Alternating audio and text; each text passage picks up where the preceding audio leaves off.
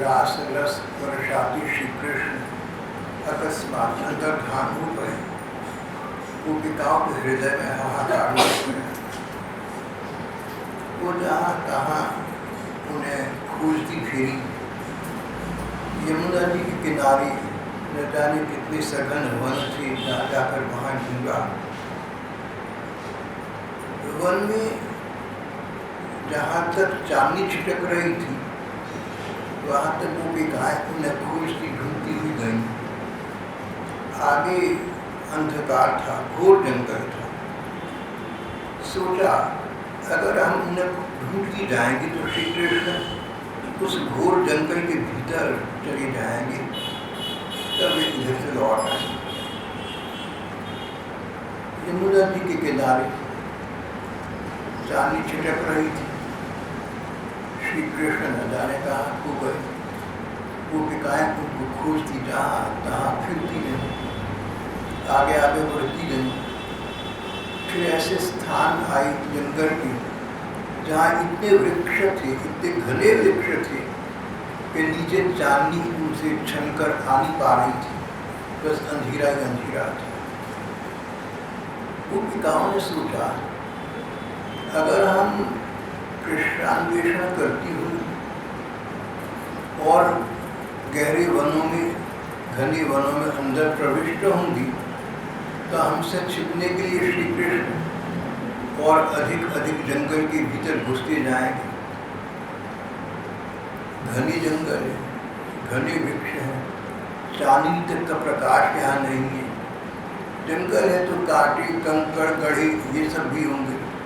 हम श्री कृष्ण को खोजने के लिए आगे बढ़ती जाए, वो हमसे छिपने के लिए आगे बढ़ते जाए, कहीं कोई कंकड़ कांटा मुझे छुप जाए तो अच्छा नहीं होगा। श्री कृष्ण न मिले और उनकी विजय व्यथा में गोपिकाओं का प्राणांत हो जाए, इसको गोपिकाएं सहन कर लेंगे। पर उनके कारण से श्री कृष्ण के पाँव में कुछ चुभन हो, ये सहन नहीं कर पाए। यहाँ गोपिकाओं के निश्चल अनुराग का एक प्रमाण होता है। प्रियतम श्री कृष्ण के बिना मानो जान जा रही, प्राण जा रही। कहीं से भी मिल जाए तो जीवन में एक बार फिर अमृत का संचार हो जाए। आगे ढूंढेगी, खोजेंगी, वन में ही कहीं होंगे, अंततः मिल जाएंगे, पर नहीं हम भी खोजेंगे। हमें प्राण विसर्जन का उतना दुख नहीं होगा जितना श्री कृष्ण के पाँव में कोई चुभन हो जाए, कांटा चुभ जाए, उसका होगा। गोपिकाएं लौट आए, फिर उधर से वापस लौट आए। हम श्री कृष्ण का अब अन्वेषण भी नहीं करेंगे, अब उनको खोजेंगे भी नहीं।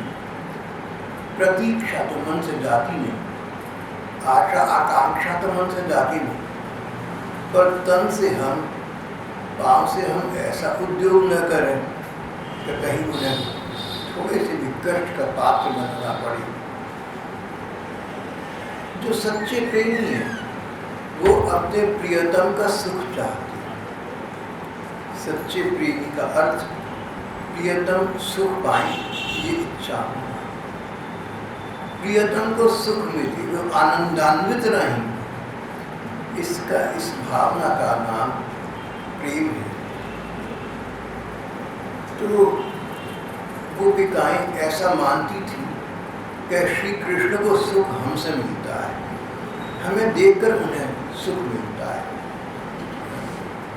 हमें देखकर उनके नयनों का उत्सव हो जाता है, उनका चेहरा खिल जाता है, उनकी आंखें खिल जाती हैं। हमें देखकर श्री कृष्ण को सुख मिलता है, आनंद मिलता है, इसलिए हम अपने आप को उनके प्रति समर्पित कर देना चाहते हैं। अगर हमारे स्थान पर श्री कृष्ण को यही सुख या इससे अधिक सुख किसी अन्य स्थान से मिले तो हम अपने को बीच में से बाहर निकालने की, फिर श्री कृष्ण सुख पाने के लिए वहाँ पर आश्रय प्राप्त करें। प्रेम की पराकाष्ठा है, उच्चतम अवस्था है, तत्सुखी सुखित्वम। प्रियतम के सुख में सुख पाना, इसी का नाम प्रेम है। और प्रियतम के अंग संग में, प्रियतम के संग सुख में, प्रियतम की सेवा में अपने को केवल सुख मिलता है, इसलिए हम चाहते हैं। तो इतना प्रेम का, अनुराग का प्रगाढ़ भाव नहीं। भगवत प्रेम जहाँ भी सच्चा प्रेम है वो स्वांतः सुख है, अपने सुख के लिए नहीं होता, तत्सुखे सुख दूसरे के सुख के लिए होता है। हम श्री कृष्ण को सुखी दिखना चाहते हैं, श्री कृष्ण हमें देखकर सुखी होती है, इसलिए हम अपने आप को उनके प्रति समर्पित कर देते हैं। श्री कृष्ण हमारा सौंदर्य देखकर प्रसन्न होते हैं, इसलिए हम अपना श्रृंगार करते हैं और सज्जा करते हैं। श्री कृष्ण सुख पाते हैं हमसे, इसलिए हम ये करते हैं। गोपिकाओं की ये भावना, गोपिकाओं को विश्व प्रेम में एक अनूठा आदर्श उपस्थित करती है। गोपिकाओं ने श्री कृष्ण अन्वेषण का विचार छोड़ दिया। अब तक तो था हम खोजती जाएंगे, कहीं ना कहीं मिल जाएंगे तो हमारे जीवन में फिर सुख का संचार हो जाएगा। और ऐसे सुख का क्या लाभ जिसमें श्री कृष्ण को कष्ट मिलता हो। गोपिकाएं उस स्थान से वापस लौट आए, पर अब उनका मन और भी अधिक कृष्णमय हो गया। श्री कृष्ण चर्चा के अतिरिक्त उनके मुंह से कोई बात न निकलती, केवल श्री कृष्ण के लिए चेष्टाएं हो रही थी।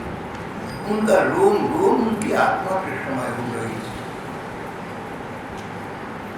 तन्मय हो रही थी। श्री कृष्ण में उन्हें अपने शरीर की सुगंध थी। भला घर की याद ऐसे में कौन करता। जो गोपिकाएं गृहस्थ में थी उनको अपने पति का, बच्चों का, गायों का, बछड़ों का, घर के सामान का, घर की व्यवस्था का विचार नहीं आया, अपना विचार भी नहीं आया, किसी की याद ही नहीं आई। उनका रोम रोम इस बात की प्रतीक्षा कर रहा था, उनका रोम रोम इस बात की प्रतीक्षा कर रहा था, आकांक्षा कर रहा था कि जल्दी से जल्दी श्री कृष्ण आ जाए। उनकी भावना में डूबी गोपियां, जहाँ अभी कुछ समय पहले श्री कृष्ण ने उनके साथ रास रचाया था, उस किनारे पर यमुना जी के पावन पुलिन पर वापस लौट आए और एक साथ मिलकर समवेता जगु कृष्ण तदागमन कांक्षिता, तद आगमन आकांक्षिता, श्री कृष्ण के आगमन की आकांक्षा। श्री कृष्ण आ जाएंगे इस आशा से संबंध में वो गोपिकाएं समवेता, एक सर में सब मिलकर समवेता जगु कृष्ण गायन करने लगे। पुनः पुलिनम आगत्य कालिंद्या कृष्ण भावना।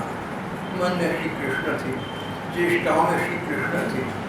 जहाँ उन्होंने रास किया था यमुना जी के उसी स्थली पर वो वापस आ गए और एक स्वर में उन श्री कृष्ण से याचना करने लगी, प्रार्थना करने लगी, अब तक के उनकी लीलाओं का स्मरण करने लगी, उनके गुणों का चिंतन करने लगी।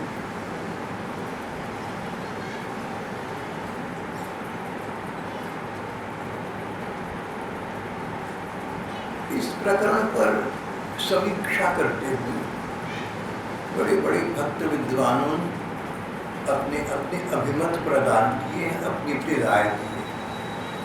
कईयों का कहना है कि जब तक व्यक्ति को ये विचार रहता है कि किसी भी मूल्य पर मैं श्री कृष्ण के प्रेम को पा सकता हूँ, तब तक श्री कृष्ण सामने नहीं आते, क्योंकि संसार में कुछ भी कर दो उसका मूल्य इतना नहीं हो सकता जिससे श्री कृष्ण प्रेम प्राप्त होता है। श्री कृष्ण प्राप्त होती है तो पुरुषार्थ को उद्योग से मन की भावना, मन की कामना, हृदय में अनन्य मन प्राणों में अनन्य आशा, विश्वास हो, प्रतीक्षा हो, अन्वेषण हो श्री कृष्ण का। हृदय को भाव को देखकर भगवान प्रकट हो जाते हैं, पर बाहरी जगत में हम उद्यम करें, प्रयोग करें और सोचें कि उनके द्वारा हम उनको उस मूल्य पर प्राप्त कर लेंगे, तो ये विश्लेषण उचित नहीं। पहले गोपिकाओं के मन में जब श्री कृष्ण रास कर रहे थे विचार आया था कि संसार में सबसे सौभाग्यवती नायिकाएं हम हैं जिन्हें श्री कृष्ण आलिंगित कर रहे हैं, हृदय से लगा रहे हैं, हमारा इतना सम्मान कर रहे हैं। सौभाग्य मत को भी श्री कृष्ण, जबकि उचितता वास्तविकता तो यही थी, भले ही वास्तविकता हो, पर प्रेम में इन वास्तविकताओं के विचार की आवश्यकता नहीं होती। श्री कृष्ण तभी अंतर्धान हो गए थे। अब गोपिकाओं ने सोचा कि हम खुद कर जहाँ तहाँ उद्योग करके प्राप्त कर लेंगे, सो भगवान को प्राप्त नहीं कर सकते। भगवान ये तो चाहते हैं कि व्यक्ति उन्हें प्राप्त करने की साधना करे, पर वो ये ना समझे कि मेरी साधना से भगवान खरीदे जा सकते। साधना करना उचित है, कारण साधना में तन और मन दोनों का विनियोग है, दोनों का सहयोग है, सो तो चाहिए। पर ये विचार कि हमारी साधन साधना से श्री कृष्ण प्रेम प्राप्ति हो जाएगी, उचित नहीं है। विचार तो ये होना चाहिए साधना कर रही है, उद्यम कर रही है, श्री कृष्ण को पाने के लिए प्रयत्न कर रहे हैं, इसलिए और क्या करें। जिसको किसी से प्रेम होता है उससे कुछ कर नहीं जाता, सिवा इसके कि प्रियतम की सेवा में, उनके अनुसंधान में, उनके अन्वेषण में, उस प्रकार की क्रियाओं में अपना समय व्यतीत कर। गोपिकाएं यही कर रही थी। अब संतुष्ट हो गया, अब तो प्रमाणित हो गया। गोपिकाएं उन्होंने अपना उद्योग, अपनी साधना, अपना अन्वेषण उसी क्षण समाप्त कर दिया जहाँ उन्हें लगा कि हमारे अन्वेषण से श्री कृष्ण को तो कष्ट प्राप्त होगा, उनका कष्ट तो हम चाहती हैं, हम तो उनका सुख चाहती हैं, तो फिर हमें भले ही हमारे मन को कष्ट हो, वेरे की व्यथा का दुख हो, लेकिन वापस करना चाहिए। यमुना जी की रेतीले किनारे पर वापस आ गए और श्री कृष्ण के गुणों का परस्पर मिलकर गान करने लगे।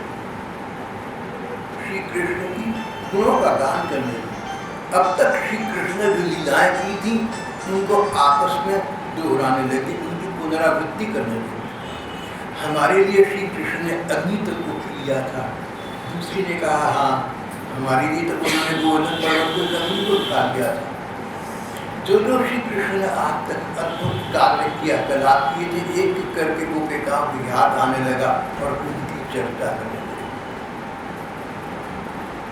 अब सारे संसार से उनका संवरण हो गया। संवरण और संवर्धन दो शैलियां।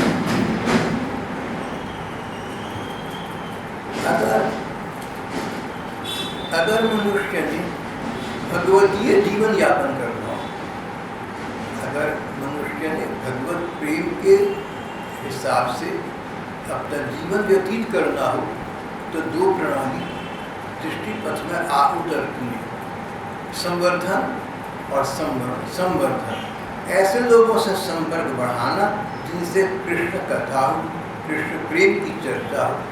जैसी कथा हम करेंगे, जैसे सुनेंगे, जो बोलेंगे, मंदिरों में जाना, ठाकुर जी की श्री मूर्तियों के दर्शन करना, जैसा बोलेंगे, जैसा सुनेंगे, जैसा देखेंगे, वैसा मन पर प्रभाव पड़ेगा। इसलिए भक्तों के लिए एक संवर्धन मार्ग है, संवर्धन बढ़ाना। भक्तों से अपने पास अपने जैसे साधकों से, सत्संगियों से संपर्क बढ़ाना। ऐसा न करना कि संपर्क तो बढ़ाओ सत्संग के लिए, हरि चर्चा के लिए, कीर्तन करने के लिए, गप्पे इधर उधर की मारने लगे। प्रायः ऐसा हो जाता है।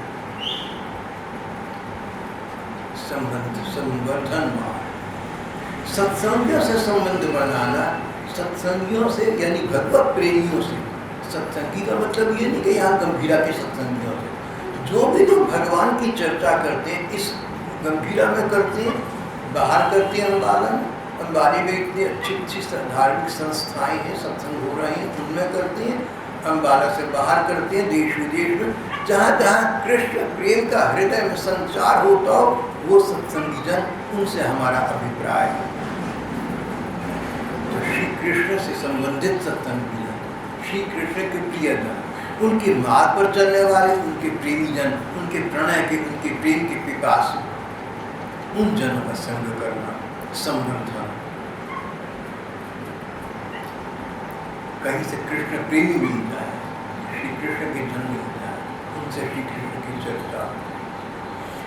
इसमें एक बात का ध्यान रखना पड़ता है, किसी व्यक्ति को कृष्ण प्रेमी देखा, हमारा संपर्क अच्छा हो गया, बढ़ गया, अब उसके जो घरेलू मामले और सांसारिक मामले थे, हमने उसमें भी रुचि लेनी आरंभ कर दी। कभी कभी संवेदना प्रकट करते तो आपत्ति नहीं है, जैसे बाकी दुनियादार हैं उनकी तरह से हम उनके साथ हरी मिल जाएं, उनके सुखों में उनके दुखों में सम्मिलित हो तो क्या होगा। ये बात यहाँ समाप्त नहीं हो। बहन भाई इस बात को समझें। आपने एक व्यक्ति को भगवत भक्त देखा, कृष्ण प्रेमी देखा, आपने देखा कि हरि चर्चा करके बड़ा प्रसन्न होता है, कदाचित उसके घर में ठाकुर जी की सेवा रखी हुई, सब प्रकार से सत्संग के श्री कृष्ण प्रेम पथ के अनुकूल है, आपने उससे संपर्क बढ़ाया, उसको मिलना शुरू कर दिया, उसके यहाँ कीर्तन हुआ, आप गए, आपने कीर्तन किया, वो भी आ गया। एक दिन ना आ सका, भैया क्या बात है तू आ नहीं सका, पत्नी बीमार हुई, क्या हो गया, बड़ा भयंकर रूप पता लगा, वो अच्छा। और देखो एक बात है ना, एक व्यक्ति से मुझे पता लगा था कि इस रोग का इलाज अमुक स्थान पर हो जाता है, तो मैं वहाँ से पता करके तुम्हें देता हूँ, चिंता मत करो। हर टेलीफोन खड़काया उसको, तो तुम्हारी दुनियादारी शुरू हो गई। अगर तुम न होते तो क्या उस व्यक्ति ने इलाज न कराया होता, उसके और जगह संपर्क नहीं है, उसके घर गृहस्थी है, रिश्तेदार है, इष्ट मित्र है, सारा संसार बड़ा बड़ा है। भैया तुमने नाता सत्संग का बनाया था, तुम्हारा सत्संग का नाता संसार में बन गया। कोई व्यक्ति परिचित हो या अपरिचित हो, कोई व्यक्ति सत्संगी हो या गैर सत्संगी हो, अगर उसकी ऐसी कोई आवश्यकता है जो आप ही पूरी कर सकते हैं, और अगर आप नहीं करेंगे तो बेचारा मारा मारा फिरेगा, हालत बद से बदतर हो जाएगी। ऐसी स्थिति अनजान क्यों ना हो, नास्तिक क्यों ना हो, उसकी भी सेवा सहायता आपको करनी चाहिए। वहाँ भेदभाव बस सत्संग का संबंध आरंभ किया, फिर सुख दुख के सम्मिलित होने लगे, फिर बोले भाई दुख में तो सम्मिलित होना चाहिए, सुख में चाहे ना होंगे, दुख का नाता बनाया, अब सुख का नाता बनने लगा। वो तो बहुत तो उसकी रंग को पड़ी थी, डॉक्टर से इलाज कर, देखो भगवान की ऐसी कृपा ठीक हो गई। अब तो उसके ना संतान होने वाले, अरे इसकी संतान होने वाली, अच्छा बड़े प्रसन्न हो रहे हैं, वाह। अरे हो चुकी भाई, बड़ा सुंदर प्यारा बच्चा हुआ, सुबह 4 बजे, अच्छा 4 बजे प्यारा सा बच्चा, चले हम जाएंगे उसके नंद उत्सव मनाएंगे। संसार आ गया, संसार के सुख और दुखों में आप शरीर को लगे। अब कृष्ण प्रेम वाली विशुद्ध वार्ता है, इसलिए संवर्धन मार्ग में यानी सत्संगियों के साथ, भगवत प्रेमियों के साथ संबंध बढ़ाने में ये ध्यान रखना चाहिए कि कहाँ तक बढ़ाना है और कहाँ आगे नहीं बढ़ना है। विभाजन रेखा स्पष्ट रखना, the dividing line, thus far and no further, एक लक्षण रेखा से बनाना कि इसके बाहर नहीं करना, नहीं तो तुम फंसते जाओ सांसारिकता।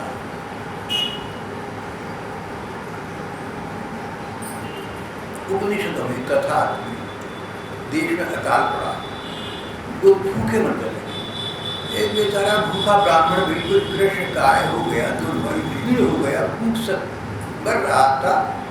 अपना गांव छोड़कर कहीं बाहर निकल पड़ा, मार्ग पर कोई दूसरा गांव पड़ा, वहाँ एक शूद्र खड़ा हुआ था, कोई गंगी वेतर खड़ा हुआ था, चने फाँक रहा था। ब्राह्मण रुक गया, बोला भैया भूख से मर रहा हूँ, एक मुट्ठी चना डाल दी मेरे झोले में तो मैं भी बच जाऊँगा। चना डाल दिया एक झोला, ब्राह्मण ने चने खाई, थोड़ी सी जान आई, चलने लगा। उसने कहा बाबा, उसने कहा पंडित जी एक गिलास पानी पीते जाओ। बोले भैया तू तो शूद्र है, तेरे हाथ का खाना ब्राह्मणों के लिखा हुआ नहीं है, तो मैं नहीं खाता। बोला महाराज जी मानकर आप तो चने अभी भी खाए हैं, पानी पीने में क्या बात है, दो बातें एक जैसे बोले बिल्कुल नहीं। चने खाए बिना प्राण ला रहे थे, अगर प्राण चले गए भगवान का भजन सुनना कैसे होगा। लेकिन पानी पिए बिना मेरा काम चल सकता है, आगे जाकर ये उपनिषद की एक गाथा है। इसका भाव ये बना कि विभाजन लेकर कहाँ तक तुमने एक काम करना है, कहाँ स्टॉप लगाना है, दब रुक गया, डेड ब्रेक, ये पता होना चाहिए। उस ब्राह्मण को पता था, और वो युग के धर्म के अनुसार ब्राह्मण लोग शूद्रों का छुआ हुआ स्पर्श भी नहीं करते थे। उस ब्राह्मण ने चने तो खा ली क्योंकि प्राण रक्षा करने अनिवार्य था, ये आपद धर्म था, ये इमरजेंसी रीजन था, लेकिन उसने पानी नहीं दिया। उस युग के अनुसार उस ब्राह्मण ने बहुत ही उचित और अच्छा ठीक काम किया। युग के अनुसार, समय के अनुसार अच्छी बुरी बातें होना। यहाँ तो भाव सारी बात कहने का ये है कि अगर आप सत्संग और कृष्ण प्रेम की चर्चा करने के लिए किसी कृष्ण भक्त के साथ, किसी सत्संगी के साथ संपर्क बढ़ाते हैं तो यहीं तक सीमित रखना। उसके घरेलू मामलों में, निजी मामलों में, उसके दफ्तर के मामलों में हस्तक्षेप करोगे तो बढ़ता जाएगा, पर सारा ना बढ़े। देखिए यहाँ तो बात संसार की हो गई, यहाँ तो बात बाह्य जगत की, समाज की हो गई, यहाँ तो बात ये हो गई कि एक आप और एक बाकी दुनिया, एक भेदभाव वाली बात हो गई। पर कहीं कहीं जहाँ भेदभाव नहीं है वहाँ पर भी ये नियम लागू हो जाता है।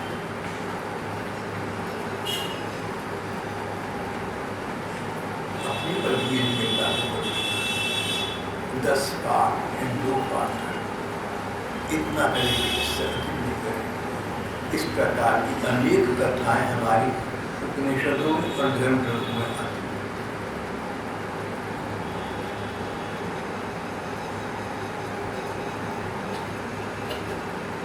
ये संवर्धन मार्ग, संवर्धन करना है, बढ़ोतरी करनी है केवल भगवत जनों को, और चर्चा करनी है भगवत चर्चा तक, अतिरिक्त इतर चर्चा नहीं करनी। कबीर जी हुए संत भक्त थे, सबने नाम सुना। कबीर जी अपने आप में मस्त रहते थे, अचानक समाज के जोड़े मिल जाते उनको अच्छी बात बता देते थे, रहते एकांतिक प्रकार से थे। एक बार परमात्मा चिंतन में लवलीन थे, शहर के नाते आगे बढ़ते गए, ना जाने बस्ती से कितनी दूर आगे निकल गए, जंगलों का इलाका आ गया। बूढ़े व्यक्ति थे, बहुत थक गए। जब हारे थके और देखा कि अब चलना असंभव हो गया तो एक पेड़ की छाया के नीचे खड़े हो गए और सोचने लगे कि भगवान कोई ऐसी सवारी भेज देता। अरे परमात्मा, मैं तेरा चिंतन कर रहा था, तू ऐसा कोई वाहन भेजता, ऐसी सवारी भेज देता जिस पर चढ़कर मैं कम से कम घर तो पहुँच जाता। इतनी देर में शोर गुल सुना, पता लगा राजा की सवारी निकल रही। राजा की घोड़ी के वहाँ पर एक घोड़ा, छोटा सा घोड़ा उत्पन्न हो गया। राज कर्मचारियों ने कहा क्योंकि ऐसा श्रमिक मिल जाए, कोई मजदूर, कोई ऐसा व्यक्ति मिले जो इसको राजभवन वापिस इस बच्चे को लेकर जाए, छोटी घोड़ी को लेकर जाए। कबीर जी को बैठे देखा, उनको क्या पता कि ये कौन है, कितने उच्च कोटि के महात्मा है। सोचो कोई छोटा मोटा भिगमगा यहाँ पर आकर बैठ जाए, और जैसे सरकारी कर्मचारी बोला करते हैं पुलिस की भाषा, इधर क्या बैठा है, ये घोड़ी उठा, छोड़कर राजा था क्या, समझ गया। कबीर जी ने अब तक इंट्रो नहीं किया, अब तक परिचय नहीं दिया। भैया शहर में कबीर जी है ना, सिद्ध संतान नाम सुना होगा, मैं वही। बोले अच्छा भैया, भगवान से कहा था, उसने घोड़ी भेज दी, मैं अपनी पीठ पे लाद के घोड़ी को रात दरबार पहुंचा, चल प्रभु की इच्छा। रात दरबारियों ने, कर्मचारियों ने कोई ध्यान न दिया और घोड़ी को उसकी पीठ पर लादा। उनको कहा तुम राजभवन जाओ, अपने आगे निकल। बड़ी कठिनाई से सांस लेते हुए जैसे तैसे करके डेड बैठ, इतने क्लांत उस प्राण निकल जाए, कबीर जी पहुंचे अपने स्थान पर। शहर में पहुंचने पर अनेक श्रद्धालु वर्ग मिल गए, वो तो उनका उच्चतम सम्मान करते हैं। उन्होंने कहा कबीर जी ये क्या हुआ, सारी बात बताई। श्रद्धालुओं को बहुत बुरा लगा, बोले भगवान कैसा है, आपने ऊपर को मांगी, आपने घोड़ी मांगी थी, नीचे को बैठने के लिए मांगी, ये तो स्थिति हो गई। कबीर जी मुस्कुराए, बोले भैया मांगी थी नीचे बैठने की, नीचे घोड़ी मांगी थी, बैठूंगा उस पर, उन्होंने ऊपर देनी बात तो ये किया। सत्संगी लोग फिर कोहे चिड़े, बोले कबीर जी संत हो तो आप जैसा, भगवान आपके प्रतिकूल जा रहे हैं और आप फिर भी उनके अनुकूल हो रहे हैं। सचमुच प्रेम में दोष नहीं होता, ये हमने आपको ही देखा कि आपके प्रेम में भगवान के प्रति दोष निकालने का सिद्धांत ही नहीं है, नहीं तो ये तो स्पष्ट है।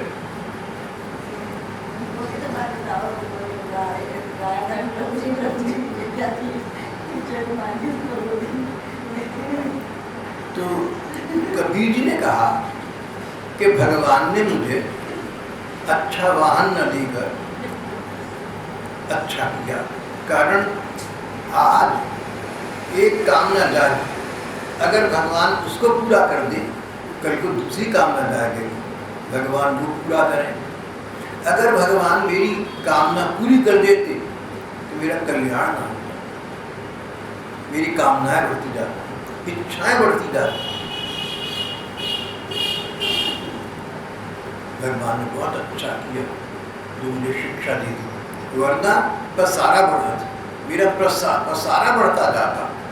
हाँ भाई बहनों को मैं यही बात कह रहा हूँ, सत्संग के लिए जो तुम संपर्क संवर्धन करते हो उसमें तुम पसारा न बढ़ा लेना।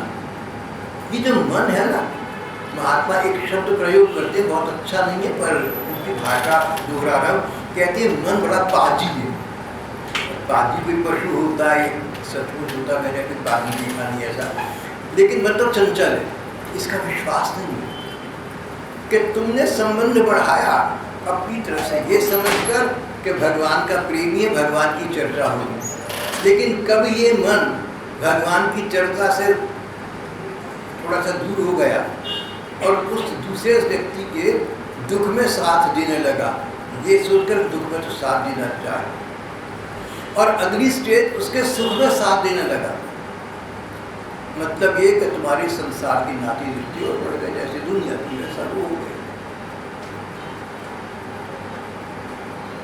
एक संत वृंदावन में थे, उनका बहुत अच्छा सत्संग होता था। एक महात्मा थी, उन महात्मा के प्रति मेरी हृदय में अगाध श्रद्धा, बड़ी सच्चे संत थे। तो मैंने उनसे कहा कि एक दूसरे संत हैं, उनके रोज सत्संग होता है, आप कभी वहाँ नहीं गए? वहाँ तो बड़ी अच्छी कृष्ण का चर्चा होती है, ऐसा सुना है। बोले गया था, 3-4 दिन गया, उसके बाद नहीं जा सका। मैंने कहा महाराज जी आप उसके बाद तो नहीं जा सके? बोले ऐसा है कि 3 दिन गया, जब चौथे दिन नहीं जा सका तो उनका आदमी से पूछने आया कि आप आए नहीं, मैं अस्वस्थ था, शरीर स्वस्थ नहीं था। उन्होंने कहा हम दवादार बुला दे। बोले अब रोग की चर्चा मेरे से होने लगी, अब वहाँ के सत्संगी कृष्ण कथा न करके रोगियों की और चिकित्सकों की चर्चा करने लगे। बोली मैंने देखा कि भाई ये रोग तो ठीक होगा नहीं होगा, लेकिन भवरोग का इलाज तो नहीं हो सकेगा। बोले दोबारा मैं लौट कर गया, ऐसे सत्संग का लाभ नहीं जो संसार की ऊर्जा अग्र प्राप्त करे। ये बात बड़ी ऊंचे दर्जे की हो रही है। जिन भाई बहनों को जचे उनके लिए, सबके लिए नहीं, जिनको न जचे उनके लिए ठीक है, जैसा मार्ग बढ़िया सिद्धांत है, ये आदर्श वार्ता यही है, संत जनों का समाश्रित मार्ग है। तो ये संवर्धन मार्ग, भगवत जनों से संपर्क बनाना, बशर्ते कि वो संपर्क संसार को बना रहा है, बस वहाँ तक बनाना, अपनी लक्ष्मण रेखा देख लेना, अपनी विभाजन रेखा देख लेना, उसका उल्लंघन मत करो। उसका उल्लंघन करा तो क्या हुआ? स्वयं श्री सीता जी का अपहरण हो गया। राम जी के चरणों में थी, रावण के चरणों में पहुंचे। तुम सत्संग रेखा का उल्लंघन करोगे तो सत्संग से बिछुड़कर संसार में फंस जाओगे। संसार में पहले भी थी, उसमें फिर फंस गए तो क्या बात है। सत्संग का लाभ सत्संग तक सीमित। दूसरा है संवरण मार्ग। संवरण का मतलब अंग्रेजी में कहते हैं विड्रॉल। संसार से अपने को विथड्रॉ करना। गीता में समण मार्ग के लिए शब्द आया है। गीता जी भगवान ने जो शब्द प्रयोग किया है वो है कुर्मुंगानीव सर्वशा। भक्त को चाहिए कि जैसे कछुआ अपने अंगों को अपने अंदर छिपा लेता है, इसी प्रकार संसार से अपने आप को अपने अंदर छिपा ली, व्यर्थ वार्ताओं में। कुर्मुंगानीव सर्वशा, कछुए के अंगों की भांति। अब संसार में संपर्क है, ये अंग है हमारे, आँख, कान, नाक, जितने भी शरीर के अंग हैं सभी संसार से संबंधित करना है। भैया इनका संवरण करो, इनको विड्रॉ करो, इनको अपने अंदर ले जाओ, अपने अंदर सौंदर्य में अवगाहन करो। हमारे हृदय में सौंदर्य का सागर उद्वेलित हो रहा है, उसमें अवगाहन करो। महात्मा कहते हैं, भगवत प्रेमी कहते हैं, रागी भक्त कहते हैं, प्रेमी रसिक संत कहते हैं कि हमारे हृदय में भगवान का मंदिर है, भगवान से सुंदर कोई नहीं है। इसलिए हमारे हृदय में सबसे बड़ा सुंदरता का सागर लहरा रहा है। आंखें मीच कर तुम उसका ध्यान तो करके देखो, उसका अभ्यास तो करो, तुम देखोगे उस आनंद के सागर में तुम रोटी लगा रहे हो, तुम्हारी ये स्थिति आ जाए।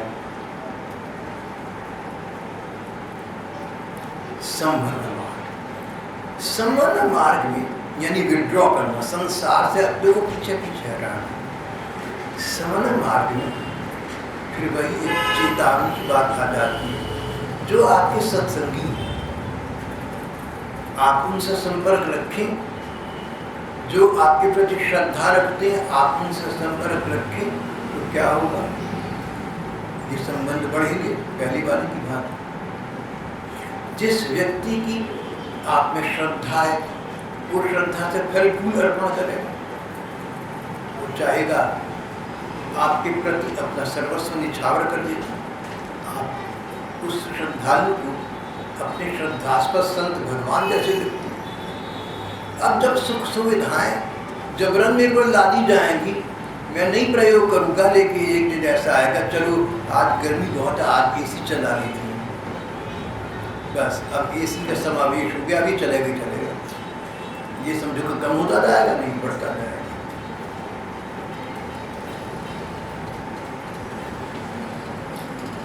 एक चिकित्सक से पूछा कि आपका क्या हाल है, गण्यमान्य नागरिक है, बोले हाल अच्छा, गर्मी बहुत है, रात को सोना नहीं हो पाता। बच्चे कहते हैं कि डैडी हम एसी लगवाएंगे, आप एसी में सो जाओ। ये तो अच्छी बात है, बच्चे आप इतना ध्यान रखती है और भगवान की कृपा से आप एक एसी अफोर्ड कर सकती हैं, खर्चा बर्दाश्त कर सकते हैं, कर लीजिए। कहने के भाई साहब ऐसा है कि अगर एसी का सुख मिल गया ना रात को, तो रोज एसी चलेगा रात को। और जब किसी दूसरे शहर में जाना होगा आवश्यकतावश, किसी रोगी के लिए या किसी सांसारिक संपर्क संबंध के लिए, तो मन सोचता है कि वहाँ एसी भी है वरना नींद कैसे आएगी, मच्छर मारने के इंतजाम है नहीं तो नींद कैसे आएगी। भैया मच्छर मार हो, एसी हो और खाना पीना थोड़ा ऐसा हो तो मुझे सूट करता हो, बोले इतनी बातें हो जाएंगी। बोले मन कहेगा है घर में जो आराम है बाहर नहीं होता, टाल दो दूसरे। बोला दूसरा हमारी चिकित्सा से, हमारे संपर्क से वंचित हो जाएगा। अपना खर्चा बढ़ाया और दूसरे के साथ हमने उपेक्षा का व्यवहार किया, दोनों बातें अच्छी।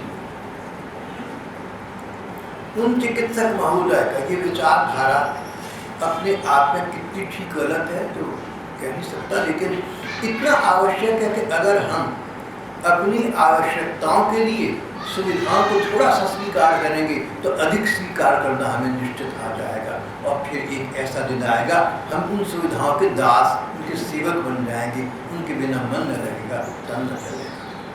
भगवत भक्ति के मार्ग में इसलिए इस प्रकार का समरण जहाँ तक हो सके करना अनिवार्य है। तो अब श्रद्धास्पद को चाहिए, जिसके प्रति लोगों की श्रद्धा बढ़ जाए, उसको चाहिए कि समाज संसार से अनिवार्य होकर अतिरिक्त वस्तुएं न ले। फिर वही बात आ गई, अपना ध्यान स्वयं रखना होगा, कहाँ तक लेना है, कहाँ तक नहीं लेना है, कहाँ की बात खत्म करता है, ये ध्यान तो अपनी अकल से स्वयं लगाना है। अगर आपके पास सत्संगी लोग आते हैं, वहाँ भी इस बात पर विचार करना। बड़े बड़े महात्मा हुए, वृंदावन में अनेक भक्त हुए, अन्य स्थानों पर ऐसे संत हुए जिनके पास श्रद्धालुओं की संख्या बढ़ी, शिष्य आने लगे, श्रद्धा से आने लगे। बड़े बड़े भी थे, छोटे छोटे भी थे, उन्होंने संपर्क कम करना आरंभ कर दिया।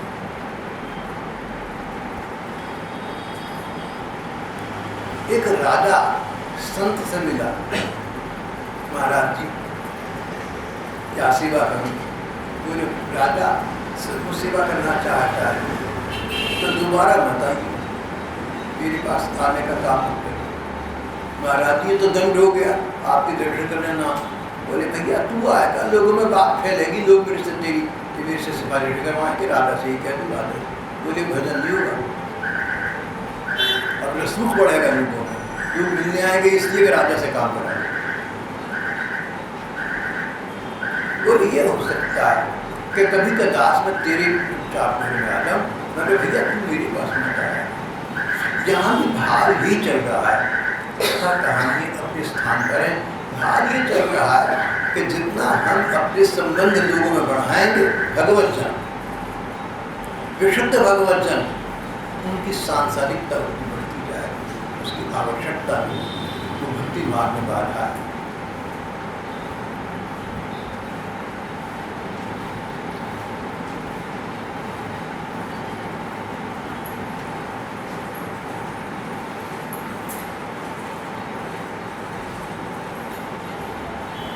बड़े अधिकारी हों, बड़े बड़े महापुरुष हों, बड़ी बड़ी उपाधि और पद से विभूषित जन हों, आपके पास भगवत प्रेम के लिए आते हो, हरि चर्चा के लिए आते हो, तो इस बात का ध्यान रखना कि हरि चर्चा तक तुम सीमित रहो, ऐसा नहीं हो पाएगा। ऐसे ऐसे भक्त हुए, ऐसे ऐसे महात्मा हुए जिन्होंने ऐसे लोगों से संपर्क कम कर दिया या समाप्त कर दिया, इसलिए कि भगवत भजन की एकांतिक मार्ग में ये बाधा है। ऐसे कई लोगों को जानता हूँ बाहर भी, यहाँ भी, जिन्होंने बड़े बड़े लोगों से संपर्क समाप्त करने का प्रयत्न किया। लोग तो चाहते बड़े लोगों से संपर्क हो, उन्होंने कहा नहीं, हम नहीं चाहते, हम कम करना चाहते। एक दो बड़े लोगों ने स्वयं मुझे बताया, अमुक हैं वो हमसे संबंध नहीं रखना चाहते, वो कहते हैं तुम्हारे आने से हमारा विक्षेप पड़ता है। जो विशुद्ध भगवत प्रेम का मार्ग है, सच्चा भगवत प्रेम का मार्ग है, उसमें इन बातों का ध्यान रखना बहुत आवश्यक है। और इन बातों का ध्यान किसी के कहने से नहीं हम रख सकते, आप रख सकते, इन बातों का ध्यान स्वयं रखना पड़ेगा। पर संसार में रहती, समाज में रहती, जमीन में जाकर बैठ नहीं सकती हैं। जब समाज में रहना है, संसार में रहना है, तो फिर अपने को रियायत ये देनी चाहिए बड़ी सतर्कता के साथ कि हम ऐसे लोगों का संग करें जो सत्संगी हों या हमसे अधिक सत्संगी हों, हमारे जैसे सत्संगी हों, ऐसे भक्त हों, ऐसे साधक हों जो हमारे जैसे स्तर पर हैं, हमारी वर्ग के हैं, और या हमसे आगे हैं। तुम अपने से आगे वालों का सत्संग करोगे तो तुम्हारी उन्नति होगी, बराबर वालों का करोगे तो हो सकता है उन्नति, नहीं तो वहाँ तक रहोगे, और निचले वर्ग का करोगे तुम्हारा वर्ग नीचे आता रहेगा। सात्विक संपर्क अपने से अच्छे साधकों का, साधक वो जो भगवान के भजन में अधिक समय लगाए। जो व्यक्ति भगवान के भजन में अधिक से अधिक समय लगाता है, भगवान के स्मरण में समय लगाता है, भगवान के भजन स्मरण में मन लगाना, समय लगाना, जो व्यक्ति आपसे अधिक करता हो उसका संपर्क आपके लिए हितकर हो सकता है। जो आप जितना करता हो जहाँ है वहीं रहेगा, और जो आपसे कम करता है या नहीं करता और उसके संग का आप लाभ उठाते हैं, उसके साथ फिरते हैं, घूमते हैं, आते जाते हैं, बातचीत करते हैं, आपका स्तर नीचे आ जाएगा। अगर आपने इस प्रकार के निम्न स्तरीय सत्संगियों से बात करनी आरंभ करनी तो निम्न स्तर तो आपका है ही, नहीं तो आप बात करते हैं।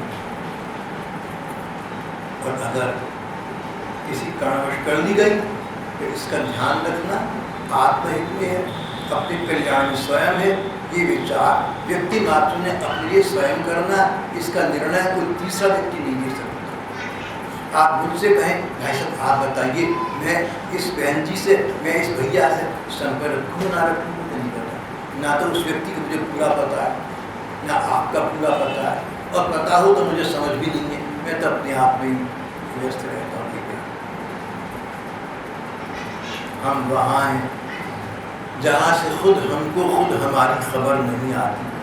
देखो मैं तो अपने एकांत में मस्त रहता हूँ, मुझे तो कुछ पता ही नहीं दुनिया जहाँ होगा।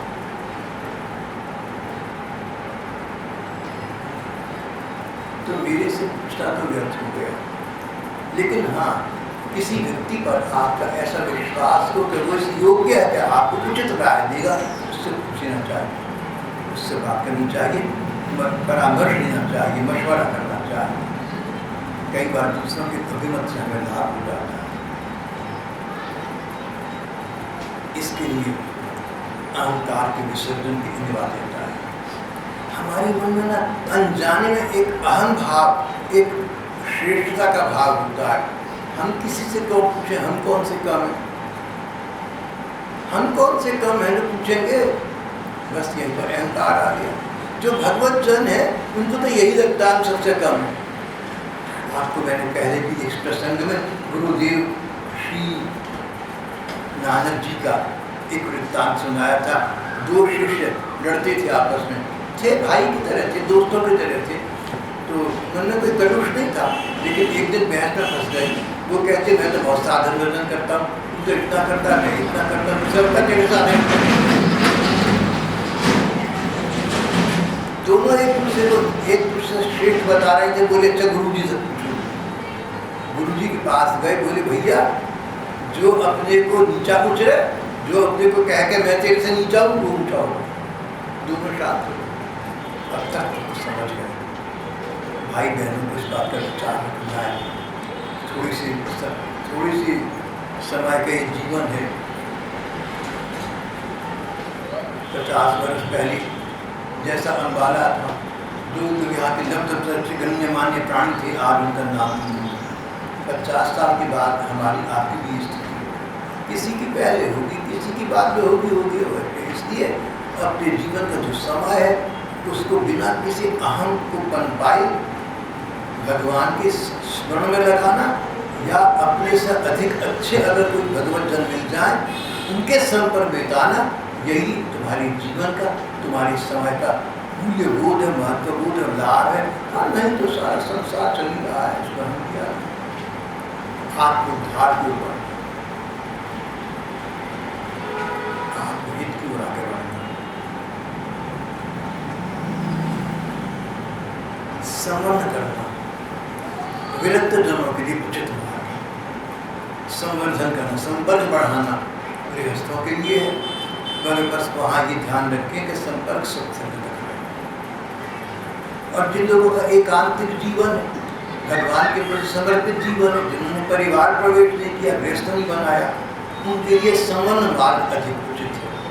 संबंध करना। गुरु गांधी भी सर्वशा श्री गीता जी के इस वाक्य पर, इस सूत्र पर ध्यान देना, इसके जीवन होता है। गुरु गांधी अनिवार्यता के अतिरिक्त तो किसी के संपर्क में न रहना। अनिवार्यता हो तो कोई नास्तिक हो ना, कोई पापी हो, उसकी भी सेवा करने में, उसकी मदद भी करते हैं, उसको भगवान का रूप देखना। लेकिन अनिवार्यता की स्थिति है, अनिवार्यता जहाँ और कोई संभव बात हो ही नहीं।